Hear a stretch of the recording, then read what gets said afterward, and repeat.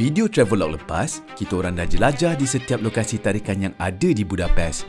Video kali ni, kami teruskan perjalanan untuk melihat bumi Vienna, Austria, sebuah bandar yang bukan sahaja cantik, malah pernah beberapa kali dinobatkan antara bandar paling selesa didiami di dunia.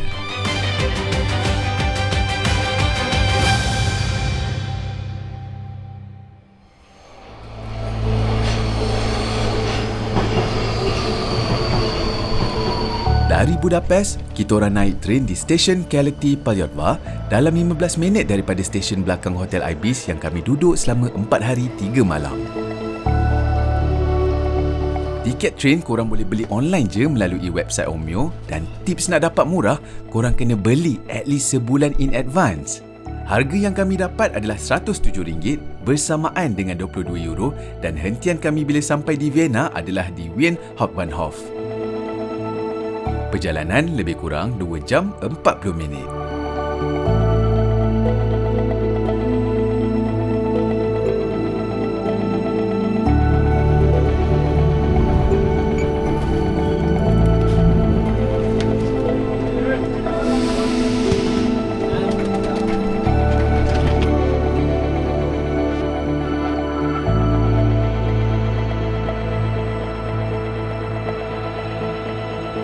Salah jalan.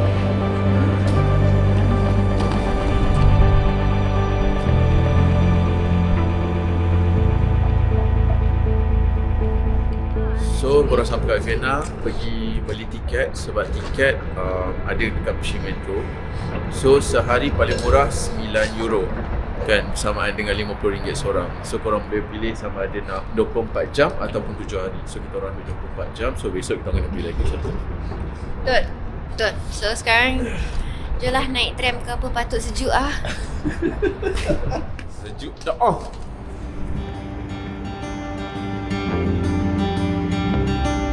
Kena awan dekat laju gila. Dia time lapse. Dari stesen Hauptbahnhof, kita orang naik tram pula untuk terus sampai ke hotel. Hotel yang kami pilih untuk bermalam di Vienna pula adalah Hotel Ibis Wien Mariahilf.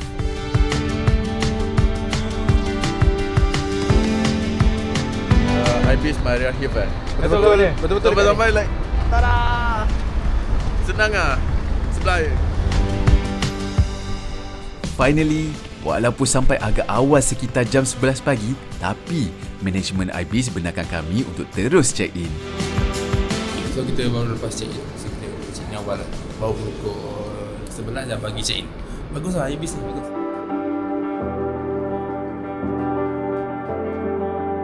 Macam biasa, fasiliti di Hotel Ibis semuanya lengkap. Harga untuk 3 hari 2 malam hanyalah berjumlah RM460 termasuk sekali dengan taks. Bilik yang kita orang dapat adalah city view. Korang tengoklah tu, memang cantik.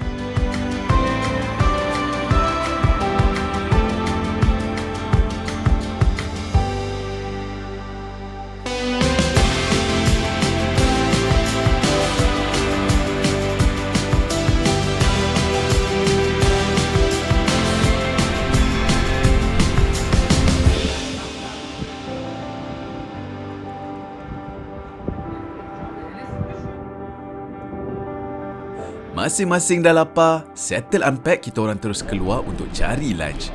Spot pertama untuk kita orang explore di Vienna ialah Nachtmarkt, sebuah market yang agak popular yang menjual makanan, kafe serta souvenir.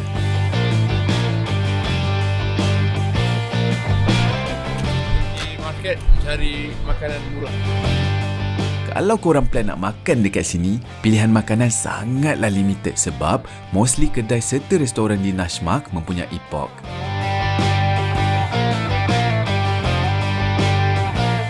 Antara makanan yang korang boleh jumpa ialah pelbagai jenis keju, dry aged meat, buah-buahan, dry nuts, ada juga beberapa kedai Arab yang menjual manisan, durung dan juga kebab.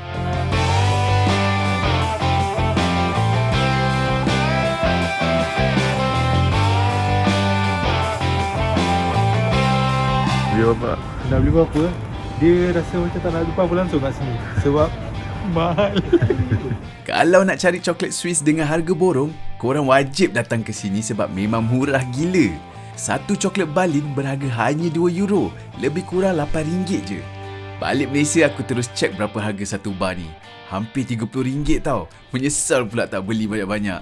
Sesuailah kalau korang nak borong, buat souvenir. Tak ada, tapi okey lah, balance. Ni macam yang coklat Arab tu lah.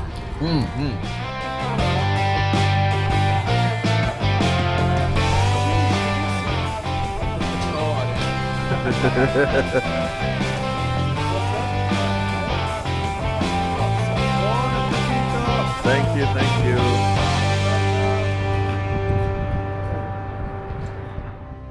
Settle je lunch, kita orang terus pergi ke Palais Kinski, antara spot wajib korang kena datang bila dah sampai di Vienna.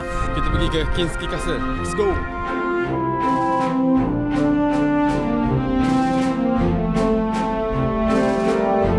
Sampai je depan pintu gerbang, aku memang terpesona melihat keindahan dan kecantikan sejarah seni arkitektur Vienna.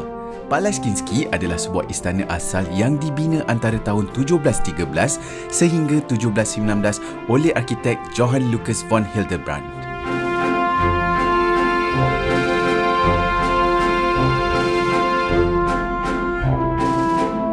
Bangunan yang korang lihat hari ini masih merupakan struktur bersejarah yang sama, cuma ia telah melalui kerja pemulihan dan renovasi untuk mengekalkan keadaannya. Masuk adalah percuma dan tiada limitasi masa, jadi korang boleh bergambar puas-puas.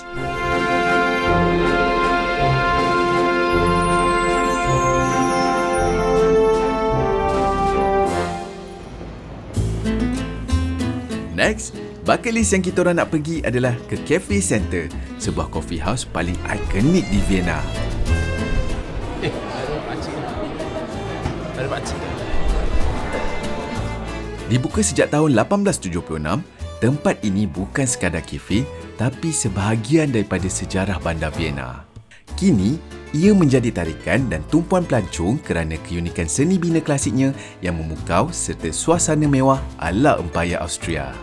Kita orang order satu pastry dan 2 hot chocolate yang berjumlah RM150. Murah sikit lah daripada New York Cafe di Budapest hari tu.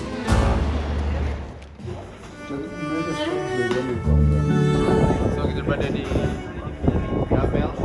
Macam Vienna punya pancake lah. Tapi ni halal. Untuk satu bekas kecil pancake Demel ni berharga RM38 bersamaan dengan €8 je. Selalu pancake kita makan dengan maple syrup kan? Uniknya Demel pancake ni dia serve dengan prune sauce.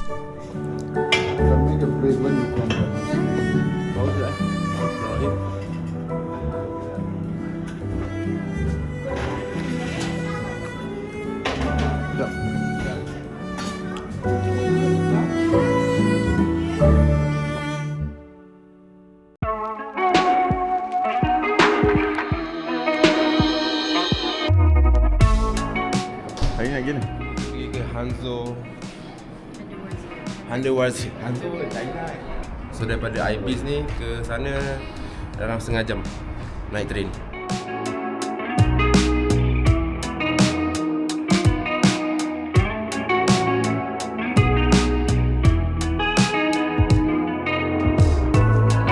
Jadi kita naik lane 3 ke Route Charles Gastas. Kau jangan percaya cakap dia. Apa yang dia punya pronunciation semua dia ke laut.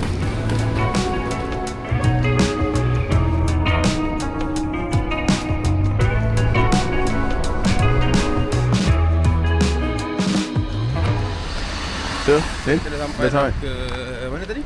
Macam rumah Wonka Factory je. Ada coklat banyak kot. Nama dia Hundertwasser. Macam tu lah bunyi dia lebih kurang. Ulang sekali lagi. Hundertwasser. Kita kena belajar lah benda ni macam ni.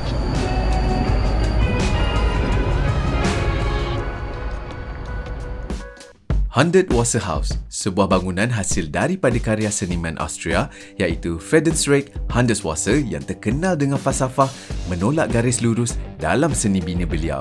Keunikan bangunan ni, ia tiada 2 tingkap yang benar-benar sama, lantai dan permukaan tidak rata, Lebih 200 jenis pokok ditanam pada balkoni bangunan serta fasadnya berwarna-warni dan menjadi antara lokasi fotografi paling popular di Vienna. Bangunan ni sebenarnya masih berfungsi sebagai kediaman dan didiami oleh penduduk tempatan sehingga hari ini. So next kita pergi ke Wien Museum. So kita tunggu bas 20 minit. Okay, mana? Seterusnya, kita orang melawat ke sebuah muzium yang famous di Vienna iaitu Wien Museum. Bagi yang ingin mengenali Vienna dengan lebih mendalam, Wien Museum adalah tempat yang sesuai untuk memulakan perjalanan.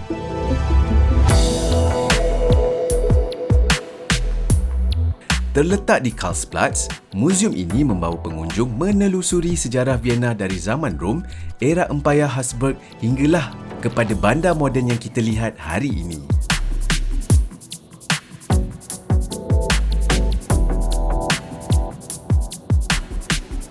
Melalui koleksi seni, artifak bersejarah dan pameran interaktif, Wien Museum menawarkan gambaran menyeluruh tentang bagaimana Vienna berkembang menjadi salah satu bandar paling berpengaruh di Eropah. Yang lebih menarik, kemasukan ke muzium ini adalah percuma, menjadikannya antara destinasi wajib singgah bagi pencinta sejarah dan budaya.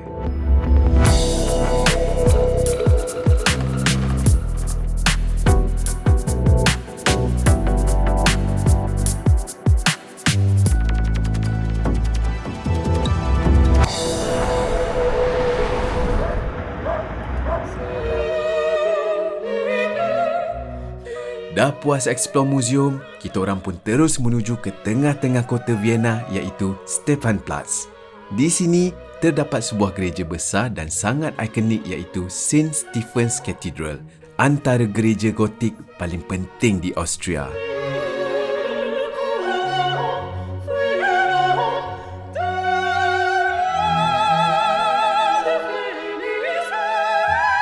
Terletak di tengah-tengah pusat bandar Vienna, gereja bersejarah ini terkenal dengan seni bina gotik yang mengagumkan serta menjadi simbol bandar sejak lebih 700 tahun lalu. Kini, ia terus menjadi antara tarikan pelancong paling popular di Vienna, menarik jutaan pengunjung setiap tahun termasuklah kita orang ni.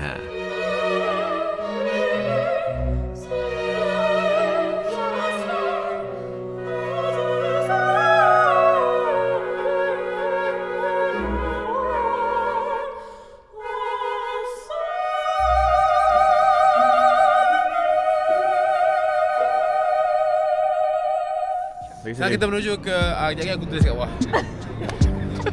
Schönbrunn Park kan? Schönbrunn Castle. So sekarang pun dah snow, bagi kita gerak. Cik, iya ke?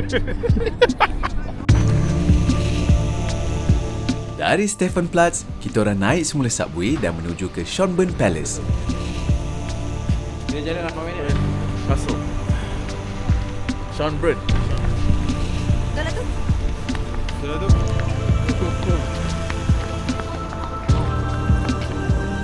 Pernah menjadi kediaman musim panas keluarga diraja Habsburg, Schönbrunn Palace merupakan antara istana paling megah di Austria. So kita berada di Schönbrunn Palace. Tapi nak masuk lah kena bayar lah. Berapa euro? 6 euro. 6 euro, mahal 6 euro.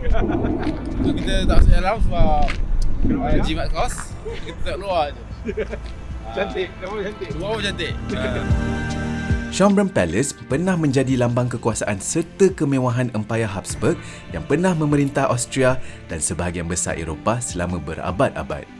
Buat korang yang tak nak bayar untuk masuk ke dalam istana, korang boleh bersia-sia di sekitar taman istana yang tersangatlah luas. Schönbrunn Palace mempunyai lebih daripada 1,400 bilik, termasuk dewan-dewan rasmi, bilik persendirian keluarga diraja dan ruang istiadat yang digunakan untuk menerima tetamu kenamaan dari seluruh dunia. Schönbrunn Palace bukan sahaja menjadi salah satu destinasi pelancongan paling popular di Austria, malah turut diiktiraf sebagai UNESCO World Heritage Site kerana nilai sejarah, seni bina dan warisan budayanya yang luar biasa. Jadi kalau korang ke Vienna, datanglah ke sini.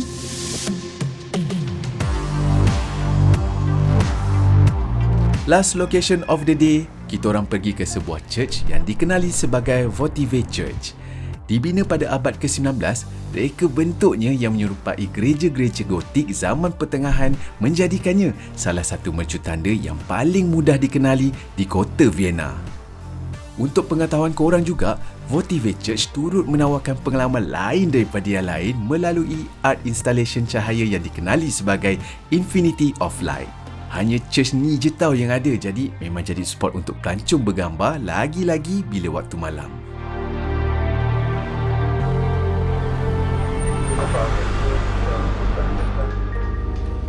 Hari yang dinanti-nantikan, seawal jam 5 pagi kami dah bertolak ke stesen OBB Wien-Westbahnhof untuk pergi ke destinasi seterusnya iaitu Hallstatt.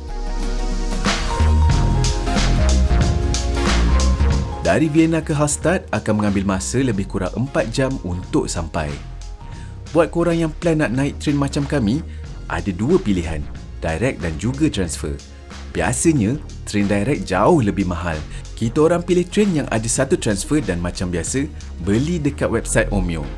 Untuk pilihan yang ini, dari OBB Wien-Westbahnhof akan transfer di Adnang-Puchheim dan baru train direct ke Hallstatt. Untuk tiket yang ada transfer berharga RM107, lebih kurang €27 waktu kita orang pergi tu.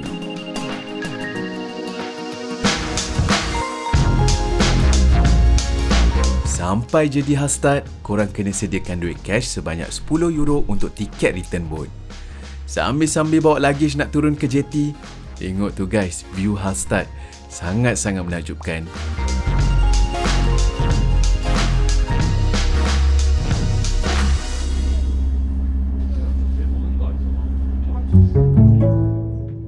Dari jetty ke perkampungan Hallstatt tak lama pun, dalam 20 minit je. Sambil-sambil tu korang bolehlah layan view. Cantik sangat.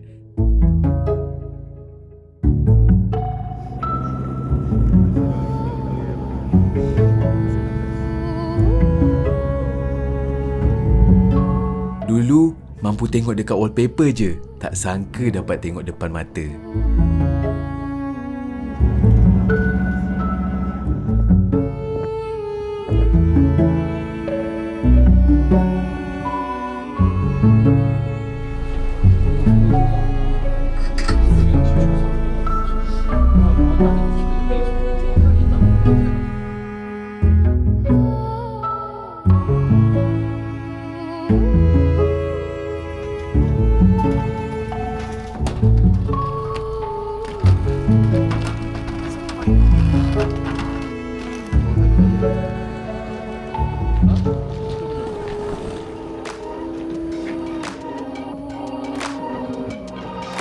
Sampai di jetty, kita orang pun terus ke hotel untuk check-in dan letak barang.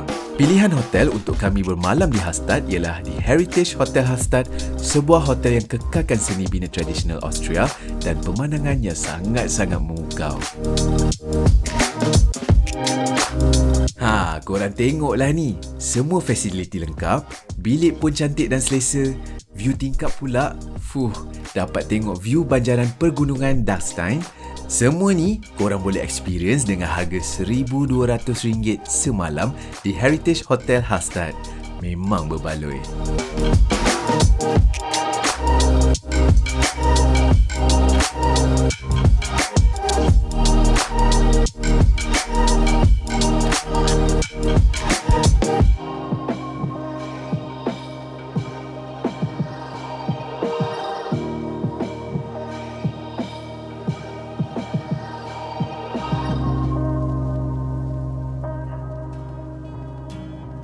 Kalau korang nak tahu, inilah menara jam yang ikonik tu. Ia bukan sahaja menjadi warisan dunia oleh UNESCO, malah turut mendapat perhatian industri perfilman apabila menjadi salah satu lokasi penggambaran filem aksi John Wick Ballerina.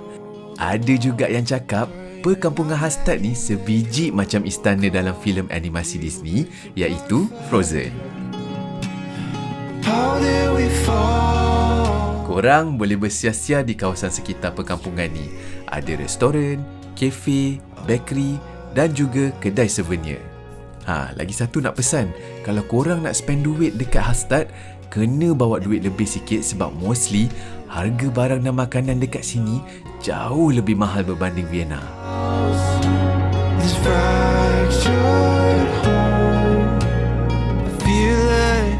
Kalau korang boleh tengok ni ramai-ramai ni, inilah tempat hotspot buat pelancong-pelancong yang datang ke Hastad untuk bergambar. Serius guys, dapat experience dan lihat depan-depan perkampungan ni antara satu memori indah yang aku takkan lupa sampai bila-bila. Untuk pengetahuan korang juga, kawasan perkampungan Hastad tak besar mana pun. Bangunan-bangunan yang korang nampak tu sebenarnya majoriti adalah rumah penduduk asal Hastad. So, korang jangan pula suka-suka hati main masuk je. Bila dah berada di bumi Hastad, baru aku sedar yang sesetengah tempat memang suka digambarkan dengan kata-kata. Keindahannya bukan sekadar pada pemandangan, tetapi pada suasana yang membuatkan kita ingin berhenti seketika dan menghargai setiap detik.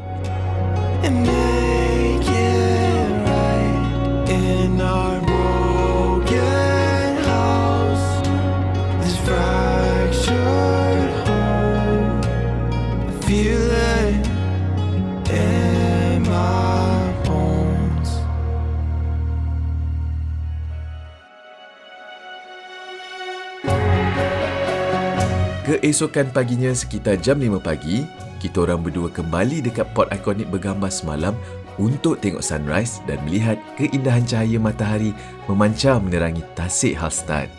Tenang je rasa waktu ni dan jujur aku cakap, momen ni akan buat aku rindu.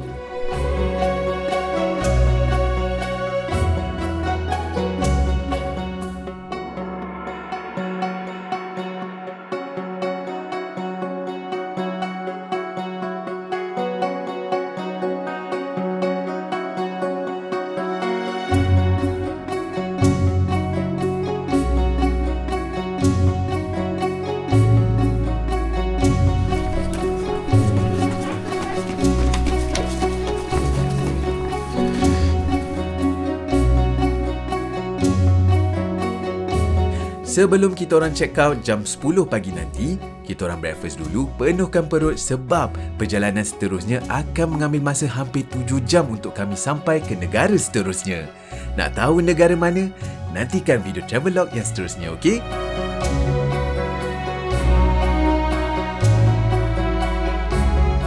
Thanks korang yang tonton dan support channel kami. Jangan lupa subscribe, like dan komen. Bye!